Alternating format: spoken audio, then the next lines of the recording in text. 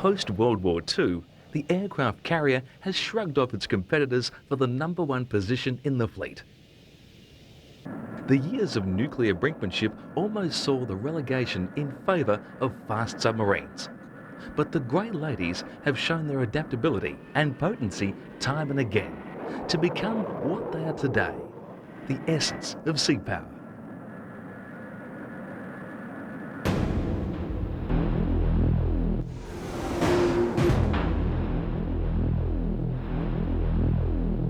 As to whether the Grand Ladies would be replaced, just as they had supplanted the great battleships during the Second World War. However, the turn away from specific nuclear conflicts and the concept of limited conventional war has made the role of the modern aircraft carrier and their associated carrier attack group one of the most adaptable and decisive of military forces. While some of the roles they perform have varied, the force they convey gives the Navy control of the sea lanes, as well as a region as far inland as necessary to establish safe zones and areas of control. The aircraft carrier groups operating from international waters provide a presence, which can be increased or withdrawn as the situation dictates. Should the situation escalate, the carrier and air wing are ready on arrival to accomplish whatever mission is given, from unobtrusive surveillance to strikes and anything in between. Although aircraft carriers are routinely deployed near traditional areas of potential conflict, their ability to move to another area of the world should a crisis erupt and be ready to operate upon arrival has made them the big guns in the roles in which they are employed today. The development of these new super carriers is a product of the 50 years of turmoil following their baptizing in the Second World War. These periods of global conflicts have seen the carriers grow significantly in scale and scope to meet the many and varied threats confronting them. In 1928, the US operated 3 carriers. These 3 ships allowed development of concepts and trials in the new theories of naval air warfare. The 3 ships were trialled as task groups in many and varied hypothetical situations. It soon became obvious that the larger carriers, Saratoga and Lexington, would be significantly more capable than originally thought. In a series of fleet problems, the carriers demonstrated their effectiveness when they proved their enthusiast theories conclusively. In 1932 and 38, war games were again conducted in regard to Pearl Harbor, and again to profound result in favour of the carriers. These games proved their worth in the coming years, with the commanders gaining valuable practice and the crews and pilots honing the skills that they would be needing in the very near future. Technologies rapidly advanced.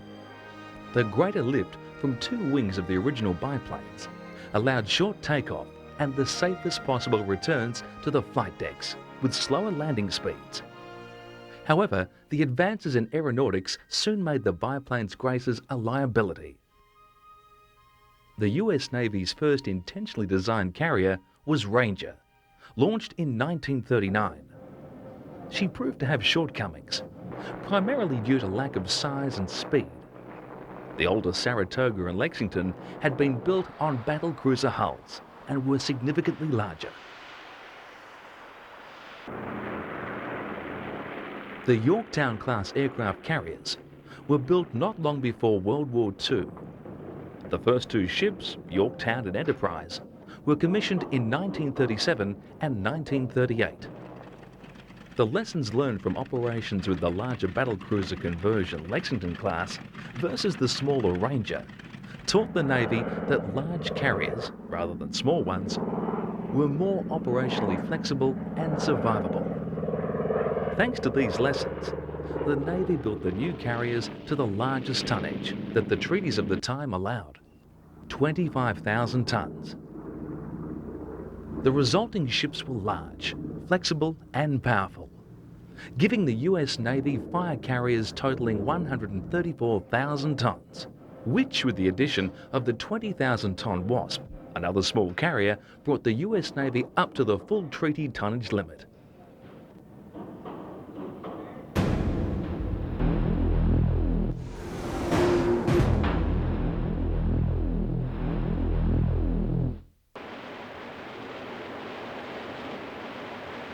The scrapping of the treaty system in 1937 allowed the US to begin building more carriers. The first of this new carrier program was another Yorktown class. Hornet, commissioned in 1941.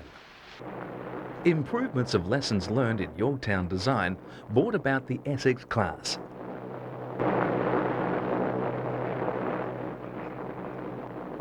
During the same period, the fleet problem exercises again showed up the significant weaknesses in the defence of Pearl Harbor to air attack from carrier-based planes. On December 7, 1941, the Japanese combined fleet would settle all arguments regarding air power at sea by exploiting Pearl's weaknesses. Here, the 6 Imperial carriers would remove a very significant percentage of the American fleet, almost solely with the use of their air power.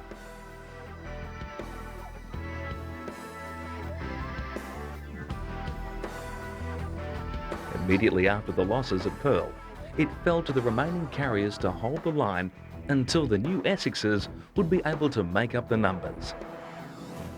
These existing carriers proved their worth in many battles, including the Coral Sea, Midway, and Leyte Gulf. The first of the Essex class would not be commissioned until December of 1942. The USS Essex itself was over 60 feet longer, nearly 10 feet wider, and more than a third heavier than the Yorktown. As a mark of their worth, none of the Essex-class carriers were lost, and 2 of them, Franklin and Bunker Hill, came home under their own power even after being grievously damaged. The Franklin itself, as sea battles drew closer to the Japanese homeland, suffered tremendous damage when 2 armor-piercing bombs pierced the flight deck and ignited fuel stores and ammunition. The ship was racked by huge explosions. Only the efforts of the crew eventually saved the ship, and she made it back to Pearl Harbor and then New York under her own power. The next class of carrier built was the Midway series, first commissioned in late 1945. The lead ship of the class, USS Midway, was not decommissioned until 1991, shortly after seeing service in the Gulf War. These were some of the longest-lived carrier designs in modern history. The class was originally conceived as the largest aircraft carrier of the era. At 45,000 tons, almost twice the size of the Essex class at 27,000 tons, their size grew from strengthened armour and bigger engines, but also to provide the ability to carry more planes than any other carrier in the US fleet, 30 to 40 more than the Essex class. In their original configuration of World War II aircraft, they had an air wing of almost 130 aircraft. It turned out, though, that these numbers were well beyond the control ability of a single ship. However, perhaps fortuitously, jet technologies were dawning, and the greater carrying ability of the class made it perfect for the larger and heavier jet fighter planes that started showing up in the late 1940s and 1950s. The jets of the era were replacing the pinnacle of the piston-engine Navy planes, Douglas Helldivers, F-4U Corsairs, or F-6F Hellcats. Grumman's F-7F Tigercat was one of the many new suitors to lose against the rapidly evolving jet field. Designed to fill all carrier roles, this twin-propeller fighter could also carry bombs or a torpedo.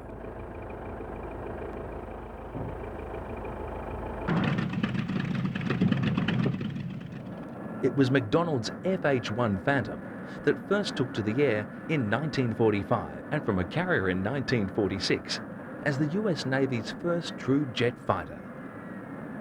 The advances being made in jet experiences saw many different designs ordered, though only in small numbers, as the models were rapidly outdated by the rapid leaps in technology. Over 20 different fighter types were trialled in the 10 years after the FH-1 was introduced. The larger, heavier and faster planes caused major changes as a matter of course in the decks and design of the carriers.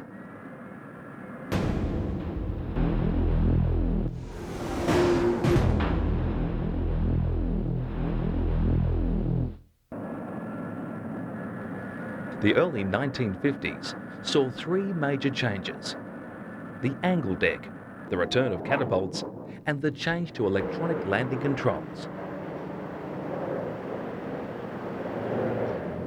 The angled deck was a huge advance as the increased momentum of jets was causing significantly higher landing accidents. The existing crash barriers could not contain the heavier planes, and the resultant spilling jet fuel and armaments was a recipe for disaster.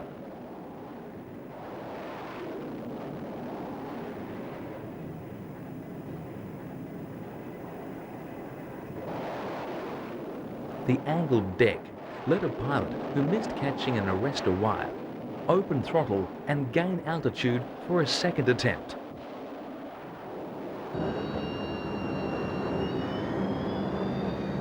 The Midway class and 14 of the Essex class were progressively fitted with new angled decks, along with greater fire control and fuel storage for the thirsty new jets.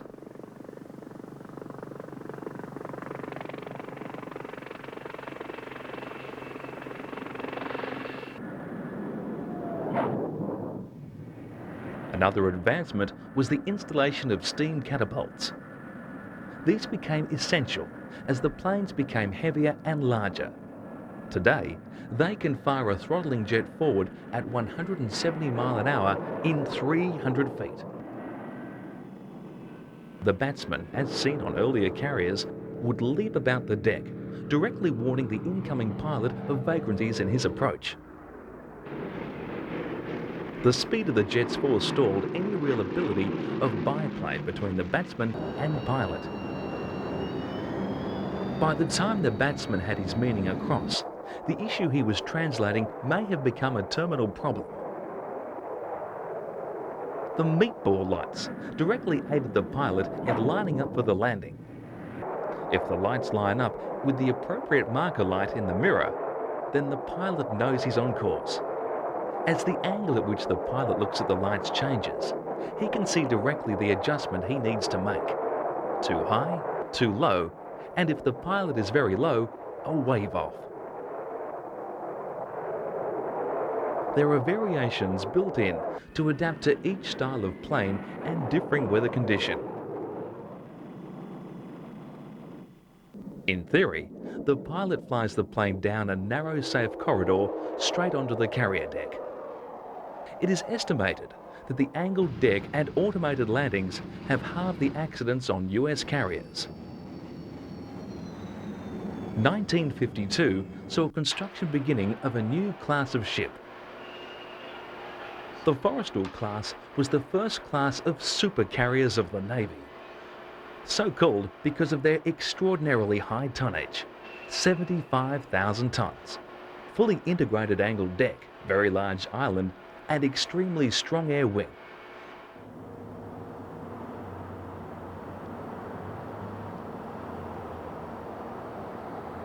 Compared to the Midway class, the Forrestals were 100 feet longer and nearly 30 feet beamier, resulting in a far more stable and comfortable aircraft platform, even in very rough weather.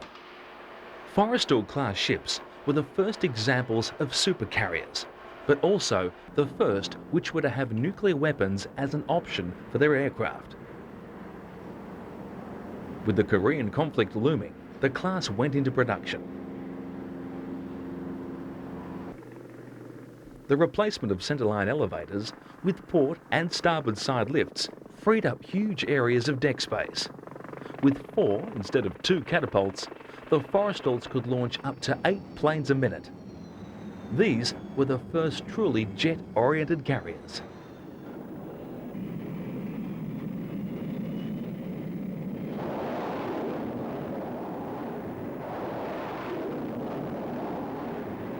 Launched in 1954 and commissioned 10 months time, the introduction of nuclear intercontinental missiles made the necessity of dropping nuclear bombs from planes outdated. While their ability and fast deployment of forces maintained a solid demand for the carriers, their costs were now beginning to gain notice of politicians.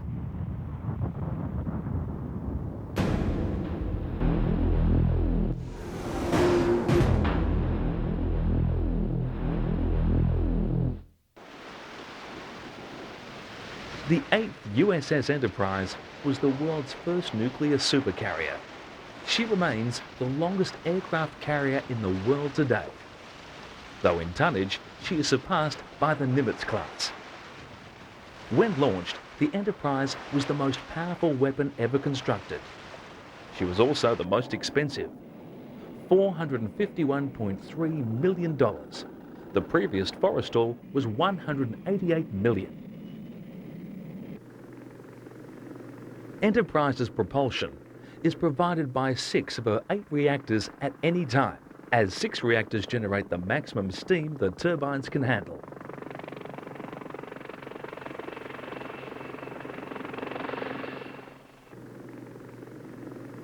Her keel was laid in 1958, and she was launched on 24 September 1960. Enterprise was intended to be the first of a class of 6 nuclear-powered aircraft carriers.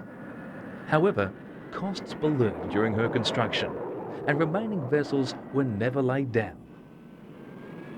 The following Kitty Hawk class aircraft carriers were all.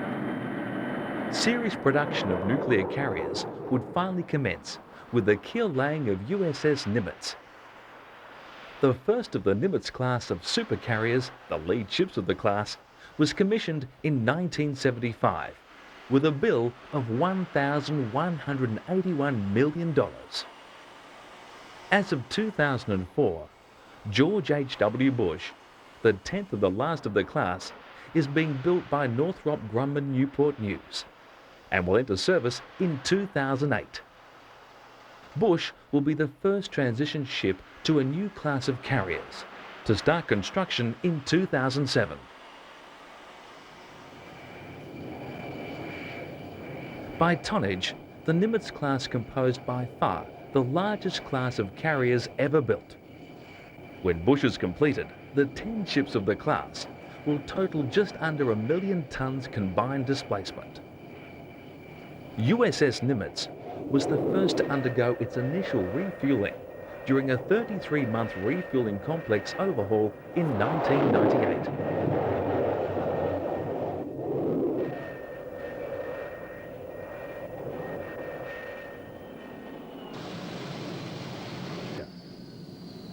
The new class will be slightly larger than the current ships, carry approximately the same number of aircraft, about 80, but require less manpower than the current ships.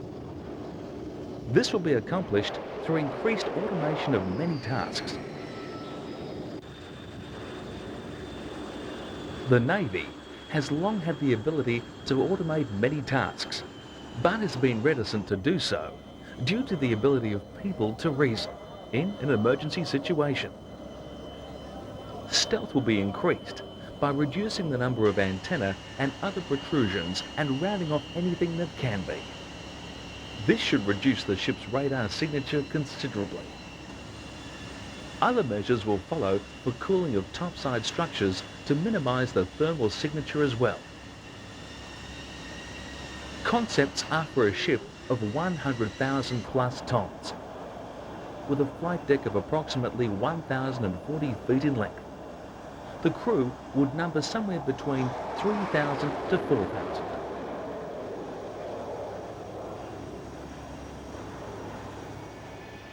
The next generation of carrier, hull number CVN-78, is programmed to start construction in 2007 and is slated to be placed in commission in 2014 to replace USS Enterprise, which will be over its 50-year mark.